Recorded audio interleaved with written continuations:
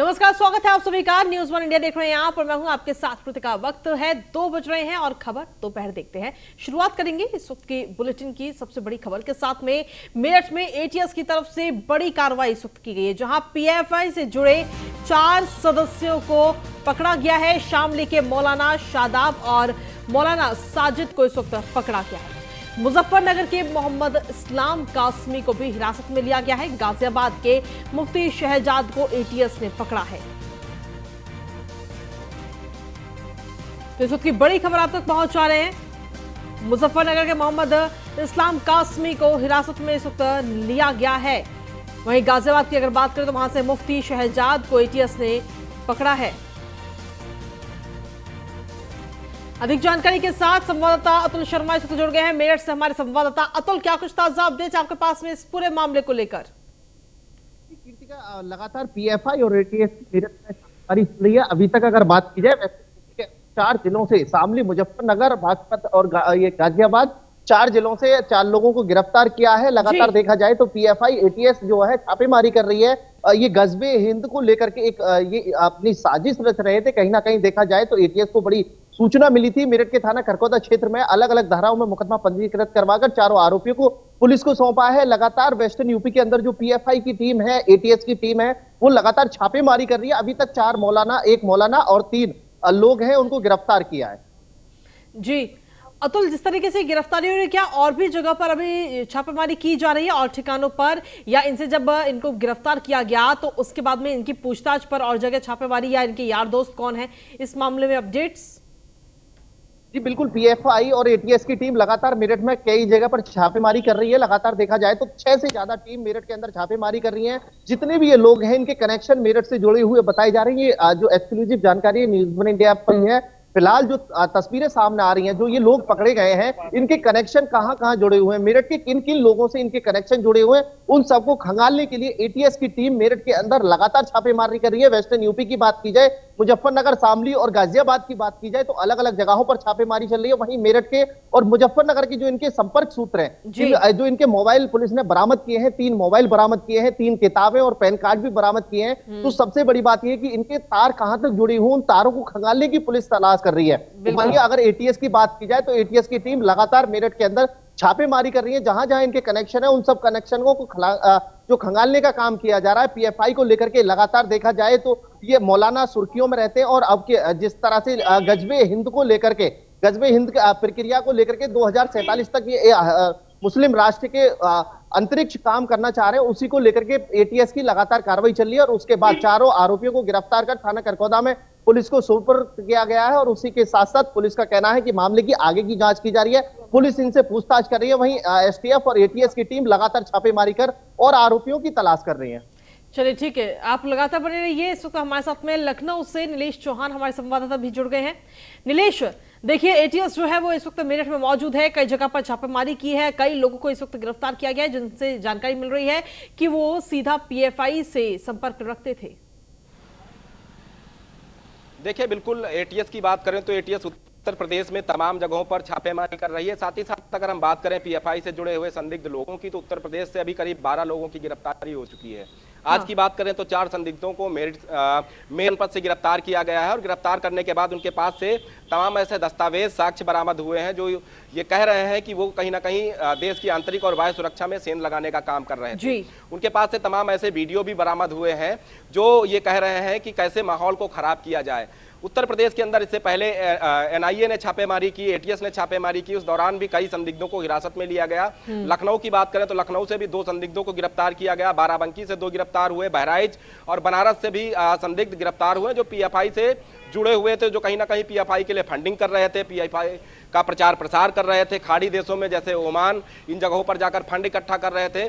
ऐसी स्थिति में उत्तर प्रदेश और देश भर के कई राज्यों में एक साथ अभियान चलाया जा रहा है, चाहे वो एनआईए की तरफ से अभियान हो, एटीएस की तरफ से अभियान हो, क्योंकि ये एक बड़ा मसला है देश के अंदर आंतरिक सुरक्षा का, जहां पर सेंध लगाने का काम पीएफआई के जो एजेंट हैं, जो उनके पदाधिकारी हैं, वो कर रहे हैं। उसके बाद एनआईए और एटीएस की संयुक्त टीमें लगातार अलग अलग जगहों पर छापेमारी कर रही हैं, जिसका नतीजा रहा है कि उत्तर प्रदेश में बीते 48 घंटों के अंदर करीब 12 लोगों को गिरफ्तार गिरफ्तार किया गया और गिरफ्तार करने के बाद अब आगे की कार्रवाई एनआईए और एटीएस के अधिकारियों के द्वारा की जाएगी। जब इनसे पूछताछ होगी तो कई और कड़ियां जुड़ेंगी कि उत्तर प्रदेश में इनको संरक्षण कौन दे रहा था, आखिर किसके इशारे पर ये फंडिंग कर रहे थे, किसके इशारे पर पीएफआई का प्रचार प्रसार कर रहे थे, किसके इशारे पर जो मुस्लिम समुदाय के युवा हैं उनका मतांतरण किया जा रहा था, कैसे उनको उग्र बनाने का प्रयास किया जा रहा था। उन तमाम चीजों को लेकर लगातार जो है इनसे पूछताछ होगी तो कहीं ना कहीं तमाम और चेहरे बेनकाब होंगे। वहीं अगर हम पूरे देश भर की बात करें तो 48 घंटों के अंदर 100 से ज्यादा संदिग्धों को गिरफ्तार किया गया, जिसमें केरल है, तमिलनाडु है, महाराष्ट्र है,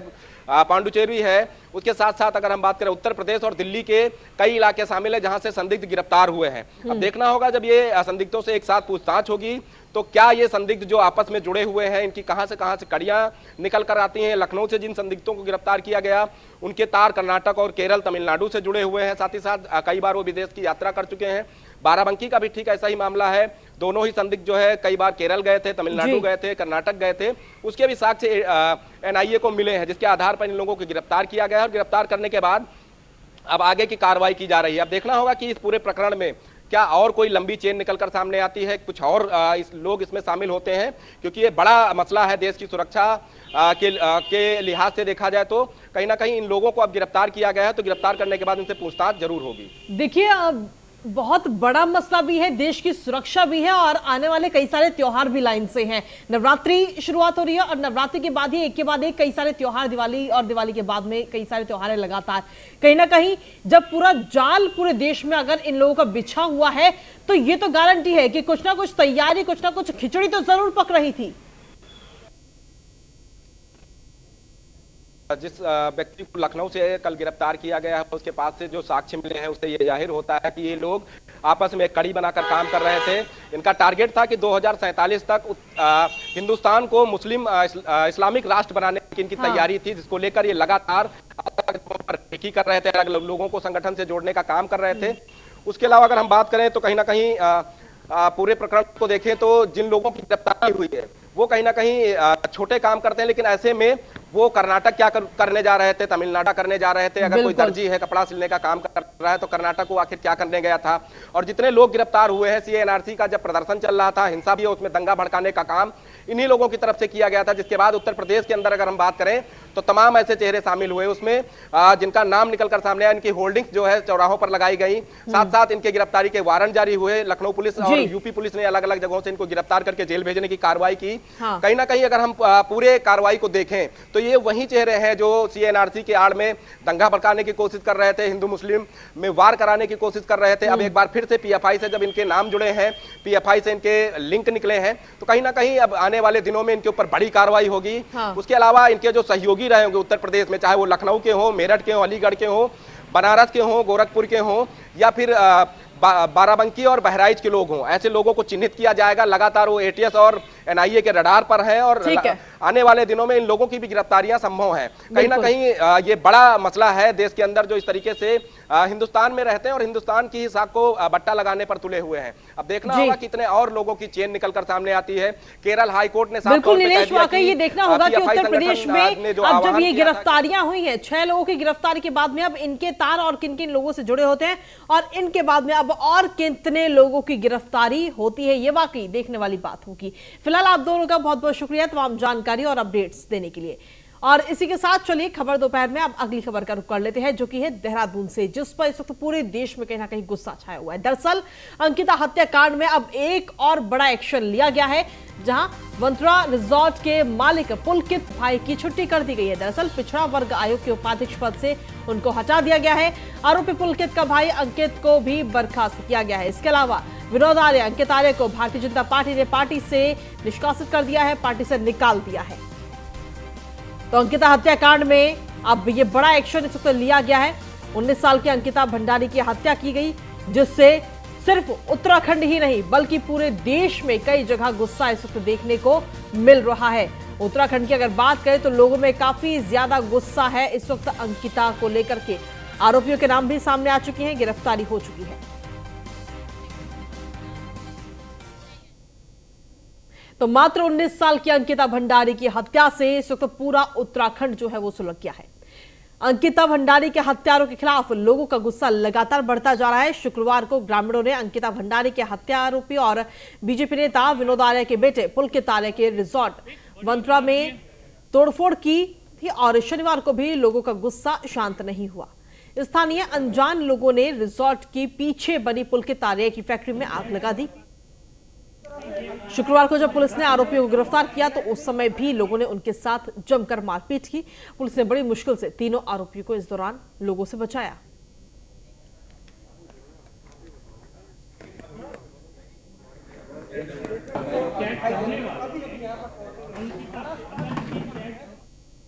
अंकिता भंडारी मर्डर केस से गुस्साए लोग आरोपियों को फांसी की सजा की मांग कर रहे हैं, तो वहीं अंकिता भंडारी की हत्या के आरोपियों को फांसी की मांग कर रहे लोग एम्स भी पहुंचे। वहां पर स्थानीय विधायक रेणु बिष्ट की गाड़ी में आक्रोशित भीड़ ने तोड़फोड़ की। माहौल खराब होता देख विधायक तो वहां से निकल गई।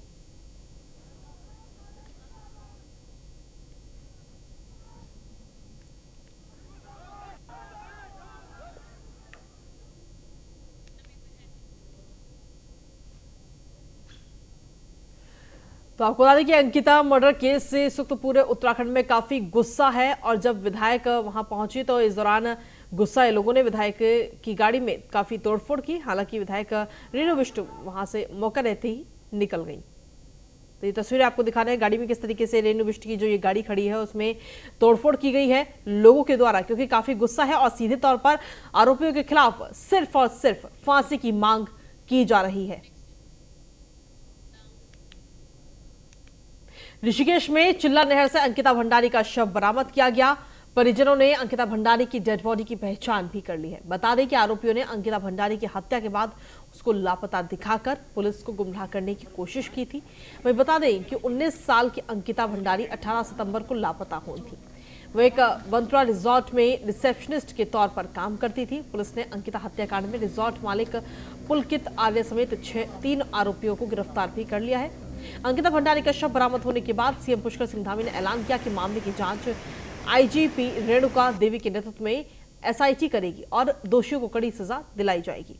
मुख्यमंत्री ने साथ ही यह भी कहा कि आरोपियों के गैर कानूनी रूप से बने रिजॉर्ट पर बुलडोजर द्वारा कार्रवाई भी शुक्रवार देर रात की गई।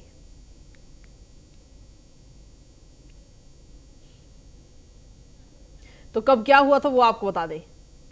28 अगस्त को 18 सितंबर को आरोपियों के साथ ऋषिकेश अंकिता गई थी। अंकिता मर्डर केस में अब तक क्या कुछ हुआ है वो आपको बता रहे हैं। 18 सितंबर को नहर में धक्का देकर अंकिता भंडारी की हत्या कर दी गई।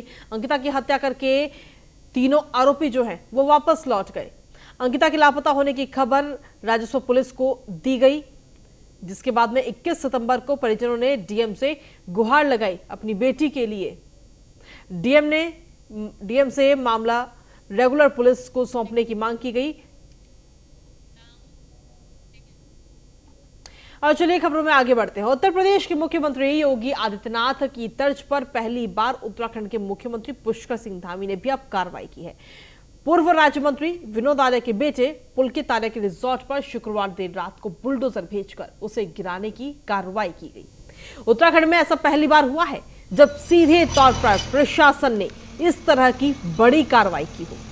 डीजीपी अशोक कुमार के मुताबिक सीएम पुष्कर सिंह धामी के आदेश के बाद पौड़ी प्रशासन और पुलिस ने कार्रवाई की और आधी रात को ही पुलिस टीम ने आरोपी के रिजॉर्ट को बुलडोजर चलाकर ध्वस्त कर दिया।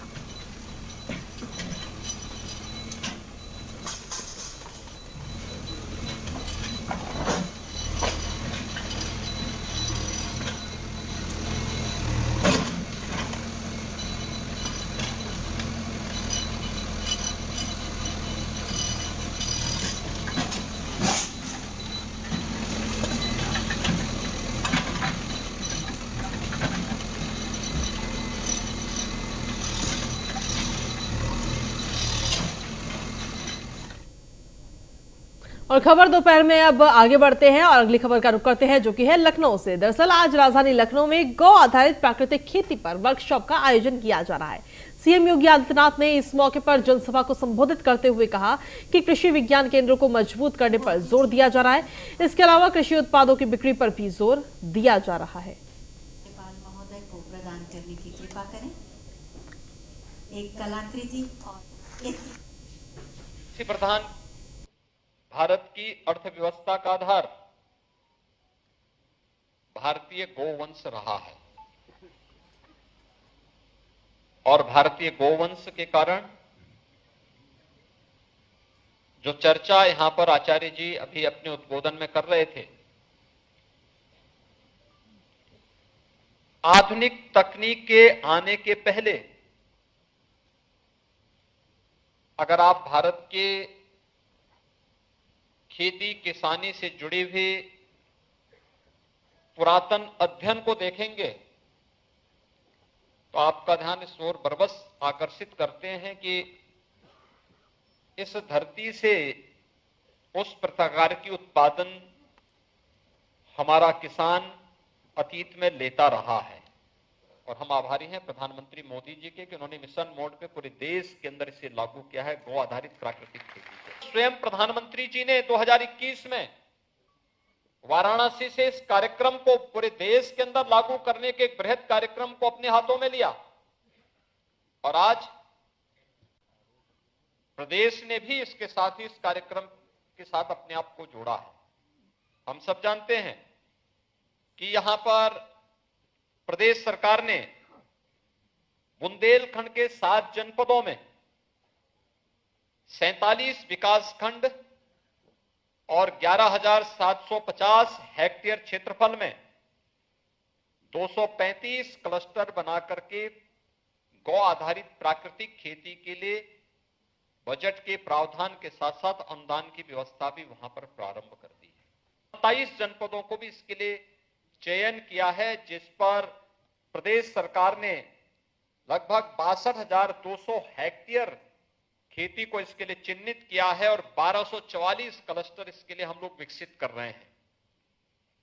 National mission on natural farming अंतर्गत भी इसे भी हम प्राकृतिक खेती के साथ जोड़ेंगे, यानी जो नेचुरल फार्मिंग के इस कार्यक्रम के साथ भी हम लोग 23 जनपद के 39 विकासखंड में 23,510 हेक्टेयर में 470 क्लस्टर बना करके इसके प्रोत्साहन को भी हम आगे बढ़ा रहे हैं। कृषि प्रति और चलिए खबर दोपहर में अब बात करेंगे रामपुर की, जहां पर समाजवादी पार्टी के नेता आजम खान पर एक और आरोप लगाया गया है। जहां नगर पालिका की तिजोरी चोरी करने का यह आरोप इस वक्त आजम खान पर लगा है। पूर्व पालिका अध्यक्ष रेशमा बी ने लिखा एक शिकायती पत्र लिखा है, जिसमें उन्होंने मुरादाबाद कमिश्नर अंजनेय कुमार को ये पत्र लिखा है और पत्र में चोरी की गई तिजोरी की बरामद कराने की मांग की गई है।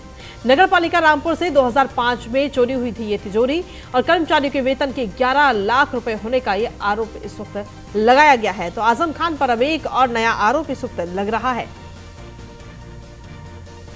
इससे पहले आपको बता दें कि नगर पालिका की जो सफाई मशीन थी वो भी यूनिवर्सिटी का जो प्रांगण था वहां से बरामद की गई थी। खुदाई के दौरान वो मशीन मिली थी, जिसके बाद में अब एक और आरोप, एक और शिकायत इस वक्त दर्ज की गई है और ये शिकायती पत्र लिखा गया है। इस शिकायती पत्र में बताया जा रहा है कि एक तिजोरी चोरी हुई थी, उसकी भी बरामदगी कराई जाए।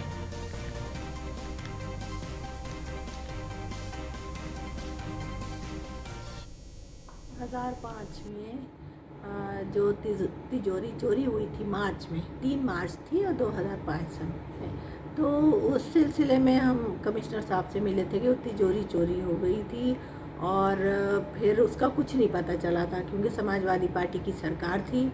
वहाँ पे हमने बहुत कोशिश करी, उन दिनों बहुत ज़्यादा सब लेटर लिखे यहाँ के प्रशासन को और गवर्नर साहब को भी लेटर सब हमने दिए कि हमारे साथ इंसाफ होना चाहिए और ये तिजोरी चोरी हो गई है, इसका पता लगाया जाए। लेकिन कुछ काम मतलब कुछ बना नहीं और कुछ इंसाफ नहीं था। लेकिन अब उम्मीद है कि जिस तरह से किताबें बरामद हुई हैं और किताबों की शक्ल में इंसाफ मिला है और ज़मीन में जो मशीन गाड़ी गई थी वो निकल के आ गई है, तो इन बातों से उम्मीद जागी है कि हमें भी इंसाफ मिलेगा। जो 17 साल पहले एक तिजोरी चोरी हुई थी, ख़जाने की नगर पालिका का ख़जाने की तिजोरी थी वो, और उसमें 11.5 लाख रुपए नगर पालिका कर्मचारियों का वेतन था उसमें। तो उम्मीद है, इसलिए फिर आज हम कमिश्नर साहब के पास लेटर लेकर गए कि जो है हमें भी इंसाफ दिलाया जाए। हमारे साथ उस दौर में बहुत ज़्यादतियाँ हुई थी। और वहीं आपको बता दें कि जौहर यूनिवर्सिटी के लिए सर्च वारंट अब आज जारी किया जा सकता है। पुलिस ने कोर्ट में जौहर यूनिवर्सिटी में सर्च अभियान चलाने की अनुमति मांगी थी। पुलिस ने सर्च वारंट के लिए प्रार्थना पत्र दिया था और सर्च वारंट जारी करने से पहले कोर्ट ने डीएम रामपुर को ये आदेश दिए हैं। कोर्ट ने डीएम से एडीएम रैंक के 3 अफसरों के नाम मांगे हैं। डीएम यूनिवर्सिटी परिसर के बरामद की गई स्थलों की भी पहचान करेंगे। सर्च वारंट पर आज एक बार फिर से सुनवाई होगी और आज ये वारंट इशू किया जा सकता है जौहर यूनिवर्सिटी में सर्च के लिए। साथ ही आपको बता दें कि एमपी एमएलए कोर्ट में इस पूरे मामले की सुनवाई चल रही है। अधिक जानकारी के साथ संवाददाता फहीम खान इस वक्त जुड़ गए हैं। फहीम, क्या कुछ ताजा अपडेट? सर्च वारंट पर आज एक बार फिर से सुनवाई होनी है और आज सर्च वारंट जो है वो इशू किया जा सकता है पुलिस को। जी बिल्कुल, देखिए मैं आपको बता दूं कि जौहर यूनिवर्सिटी के ऊपर इस वक्त संकट के बहुत बड़े बादल मंडरा रहे हैं, क्योंकि जिस तरह से पुलिस ने कोर्ट में अर्जी डालकर सर्च वारंट मांगा है। सर्च वारंट मांगने के बाद कोर्ट ने आदेश जारी किया है कि इसमें डीएम कमेटी बनाए और उस कमेटी के नाम कोर्ट में दाखिल करें। जिलाधिकारी की तरफ से कमेटी बना दी गई है, तो एडीएम को लगाया गया, उसमें प्रशासनिक अमले को लगाया गया है और उसके बाद में वो जो नाम है कोर्ट के अंदर दाखिल किए गए हैं। तो आज किसी भी वक्त सर्च वारंट का आदेश पुलिस को मिल सकता है। पुलिस भारी पुलिस बल के साथ जौहर यूनिवर्सिटी जाएगी। जौहर यूनिवर्सिटी के अंदर जो निशानदेही जो 2 लोगों ने, इनके अब्दुल्ला आजम के जो 2 दोस्त थे करीबी और जो कर्मचारी जेल गए हैं जौहर यूनिवर्सिटी के, उन्होंने जो जगहें बताई हैं उस जगह सर्च ऑपरेशन चालू होगा। और अगर सर्च ऑपरेशन चालू होगा तो जौहर यूनिवर्सिटी के अंदर बहुत सारी चीजें मिलने की उम्मीद पुलिस लगा रही है। तो उसमें बहुत ज्यादा मुश्किलें आजम खां के लिए, अब्दुल्ला आजम के लिए और जौहर यूनिवर्सिटी के लिए खड़ी होंगी, क्योंकि बहुत सारा सामान ऐसा भी बाकी है जो जौहर यूनिवर्सिटी ले जाया गया था, जो कि रखा हुआ है। जैसे कि एक स्वीप क्लीनर जो मशीन थी सड़क को साफ करने वाली, वो मशीन पुलिस ने मीडिया के सामने बरामद की। और इन 2 लोगों की निशानदेही पर जो बेशकीमती किताबें हैं मदरसा आलिया की, जो 1774 की किताबें हैं, जिसमें कुरान शरीफ, बाइबल और रामायण भी है, जो हस्तलिखित है, जिसका पूरी दुनिया में कोई जोड़ नहीं है और उसकी दूसरी कोई कॉपी भी नहीं है। ऐसी बेशकीमती किताबें जौहर यूनिवर्सिटी के अंदर से बरामद हुई हैं, 6000 से ज्यादा, जिसको मदरसा आलिया के जो प्रधानाचार्य हैं जुबेर खान, उन्होंने उसकी निशानदेही की और पहचान भी लिया। उसके बाद अगले दिन उसमें फर्नीचर बरामद हुआ मदरसा आलिया ओरिएंटल कॉलेज का। तो जिस तरह से सामान उसके अंदर से बरामद हुआ है, बहुत कुछ मिलने की उम्मीद जताते हुए पुलिस ने रिमांड इसमें जो है सर्च वारंट मांगा था, जिसमें अदालत सर्च वारंट देगी पुलिस को और वो किसी भी वक्त अब आ सकता है। तो जौहर यूनिवर्सिटी के अंदर जो है बहुत बड़ी परेशानी का सबब बनेगी और जो संकट के बादल मंडरा रहे हैं, ये संकट के बादल कोई बहुत बड़ा गुल खिला सकते हैं और ये बहुत ज्यादा गहरे हो सकते हैं। जी बिल्कुल, चलिए शुक्रिया तमाम जानकारी देने के लिए। और अगली खबर अमरोहा से, जहां पर पटाखा फैक्ट्री में जोरदार ब्लास्ट हुआ है और धमाके से फैक्ट्री के परखच्चे उड़ गए। हादसे में कई लोगों की घायल होने की खबर है इस वक्त और घायलों को निजी अस्पताल में फिलहाल भर्ती भी कराया गया है। रिहायशी इलाके में ये फैक्ट्री संचालित की जा रही थी। गजरौला इलाके के अल्लीपुर इलाके का ये पूरा मामला आपको बता रहे हैं। अधिक जानकारी के साथ प्रभजीत सिंह इस वक्त जुड़ गए हैं फोन लाइन पर। प्रभजीत, क्या कुछ ताजा अपडेट है इस हादसे को लेकर आपके पास? देखिए बिल्कुल, मैं आपको बता दूं, यह पूरा मामला गजरौला थाना क्षेत्र के अंतर्गत आने वाले अल्लीपुर इलाके का है, जहां पर पटाखा फैक्ट्री में जोरदार ब्लास्ट हो गया। जिसके बाद धमाके में फैक्ट्री के परखच्चे हुए थे। वहीं आसपास के लोगों ने बताया कि यहाँ पर जो पटाखे बनाने का कार्य होता है, इसके चलते यह बड़ा ब्लास्ट हुआ है। वहीं इस हादसे में 2 लोग घायल हुए थे, जिनको उपचार के लिए अस्पताल में भर्ती कराया गया है। और वहीं मौके पर पहुंची पुलिस पूरे मामले की जांच पड़ताल में जुटी हुई है। जी चलिए शुक्रिया तमाम जानकारी देने के लिए प्रभजीत।